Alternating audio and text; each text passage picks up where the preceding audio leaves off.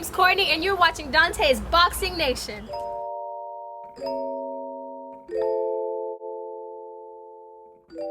You know, plenty of times we see somebody get knocked down, right? Boom, and then the person goes after him, and what happens next? He gets knocked down. Danny Jacobs, Sergio Moores is a prime example. So I don't go in there, you know, sometimes I get a little anxious, but I go and I'm gonna set it up and I'm gonna master it, and at the end of the day, that's what I'm doing. I'm looking for some signature knockouts. What do you guys ask for? I deliver. So when I sit there and listen to you say, oh, Jaime Munguia, let's fight Triple G. That's not in my direction. You're advocating the wrong fight. Jaime Munguia need to be fighting me if he's looking to fight Triple G, or Triple G, or the winner or loser of Murata. I'll fight either one of them because they're both elite top fighters, and I want to get in there with the best. I want to prove that I'm able to get in there and win. What kind of message do you think you sent to the rest of the middleweight division? I mean, I'm 31-0, WBO champion, 2000 Olympian. What do I got to keep on doing? I don't get it. That's it. Line them up. That's it. I don't need to keep on saying doing all the extra shit. You need to make sure you help me get that fight. Chris Mannix, you, my boy. I think you just said... Eddie Hearns needs to make sure I get that fight. You, my boy. Let's ask Eddie Hearns. And the fans need to demand these fights. That's it. Them fans need to stop letting these people walk away with these easy-ass fights and need to fight the best. That's all. Well, Eddie, let me ask you this. You asked for a defining performance from Demetrius Andrade. You got one tonight. How do you get him that big fight? Well, boxing, like he said, fans should get him this big fight. You've got a guy here, he's 31-0, he's an American great, he's a proud man, he's a two-weight world champion, and you've got Jermell Charlo, he's 32-0. What is going on with boxing when you've got two great undefeated American world champions in the same division and they won't share the ring together? For one reason, Jermell Charlo. Jaime Munguia was the light middleweight WBO world champion.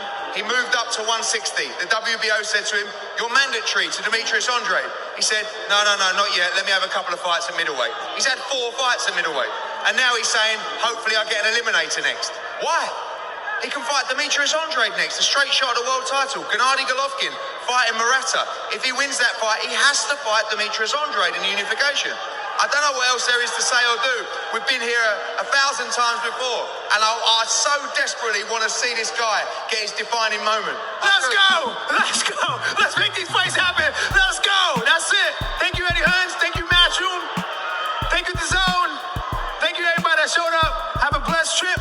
The island people, travel safe. God bless everybody that showed up. Don't drink and drive too much, but enjoy yourself. Adios, amigos. Mexico. Dontaesboxingnation, what's going on, guys?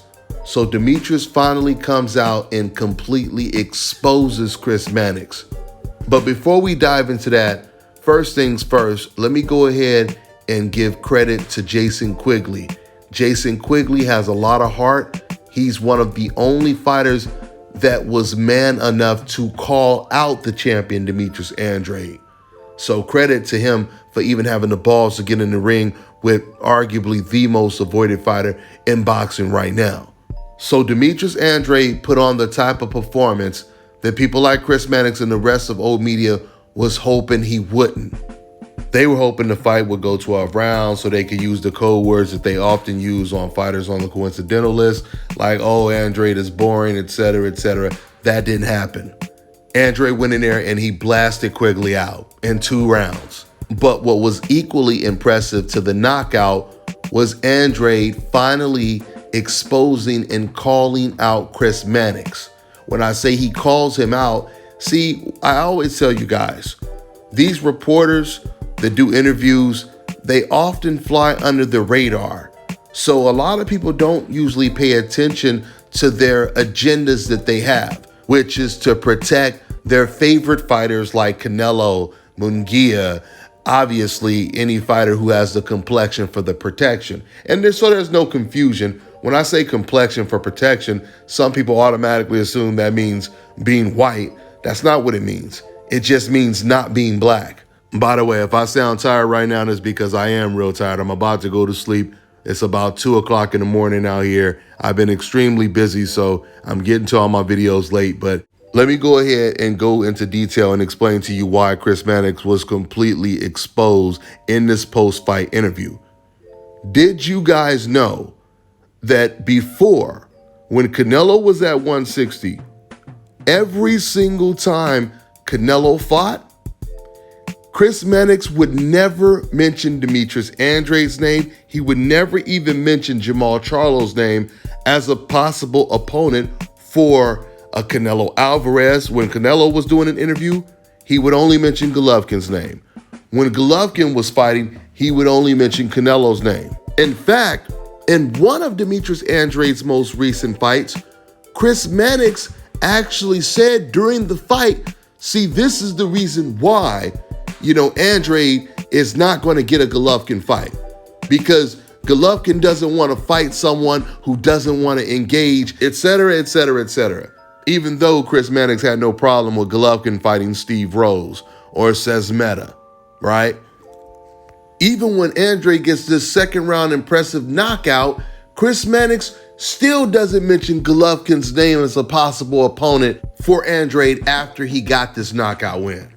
So while Chris Mannix is saying that Demetrius Andrade, the middleweight champion of the world, the WBO champion, doesn't deserve a Gennady Golovkin fight, in the same breath when he interviews Andrade, and I'm not talking about recently, because he did it again in this post-fight interview, but the last fight that Andrade had, Chris Mannix, he told Andrade, and I had already told you about this, he said, you versus Jermall Charlo is one of the biggest fights in boxing. Keep in mind, he said that to Andrade after the Williams fight, and once again, he never even mentioned Golovkin's name or Andrade's mandatory Jaime Munguia. He only mentioned Jermall Charlo's name, right? Now, this is what he said this time after Andrade got this impressive knockout win, knowing that Jaime Munguia just got a win just last weekend. Check out what he said. Now, notice how Todd Grisham, at least I think it was Todd Grisham, right after Andrade knocked out Quigley, surprisingly, he actually mentioned Alvarez's name alongside Charlo's, right? And then watch how Chris Mannix jumps in the conversation and only starts talking about the Charlo fight. Check this out. Look his way. Well, guess what? He just made a name for himself. Are you watching Charlo? Are you watching Alvarez? He wants you. Triple G, what do you say? I hope that Jermall Charlo is watching as members of Andrade's team grab me on the shoulder saying that was for me. Let me tell you something, Todd. Demetrius Andrade versus Jermall Charlo is the biggest fight that can be made in boxing. It is more meaningful, in my opinion, than Terrence Crawford versus Errol Spence. It is more compelling, at least in the moment, than Tyson Fury against the winner of Anthony Joshua and Alexander Usyk. In Charlo and Andrade, you have two undefeated American middleweights fighting for supremacy in what has long been one of boxing's glamour divisions. Make this fight on DAZN. Make this fight on Showtime. Make this fight on the Home Shopping Network, for all I care. Just make this fight. Wow. I don't know about the biggest fight in boxing, but Okay, so you hear Sergio Mora saying, let's not get carried away. I don't know about the biggest fight in boxing, right? It started off with Sergio Mora talking. He was praising Andrade, and then it was Grisham. And then once again, you heard Chris Mannix come out of nowhere talking about this fight needs to happen. It doesn't matter if it's on Showtime. It doesn't matter if it's on DAZN. This is the biggest fight in boxing. So this is the question. How is it possible that Chris Mannix is saying Charlo versus Andrade is the biggest fight in boxing, but yet he believes Canelo is the face of boxing, and he has never even said that the Andrade versus Canelo fight or Canelo versus Andrade was even a big fight? Forget him saying that it was a big fight. Chris has never even mentioned an Andrade versus Canelo fight before. But now all of a sudden, Charlo versus Andrade is the biggest fight in boxing.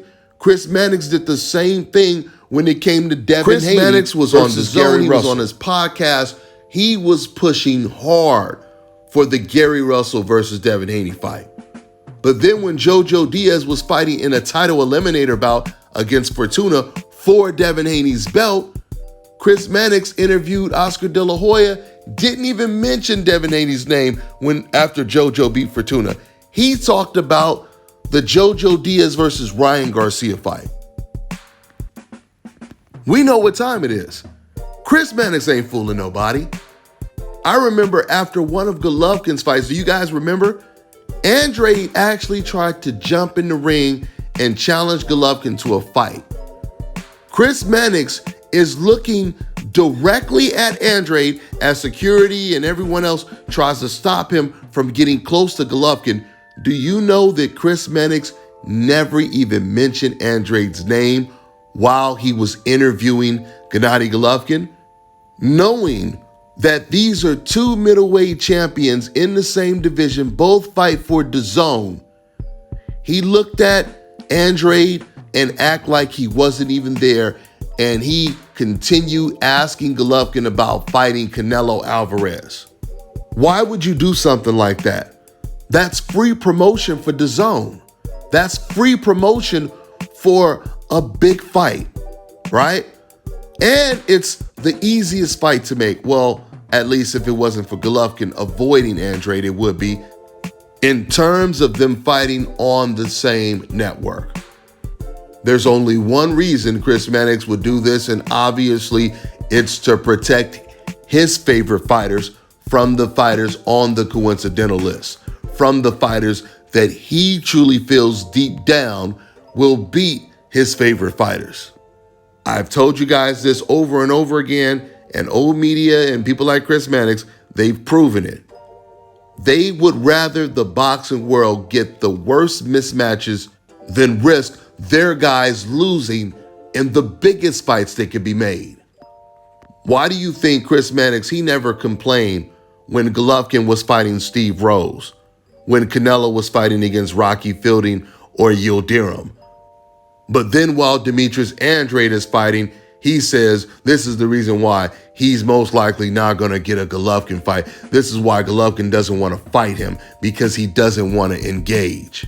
And this is why it was somewhat of a game changer that Andrade, he finally confronted Chris Mannix. Because when he's confronting Chris Mannix, you know, he's killing like 10 birds with one stone.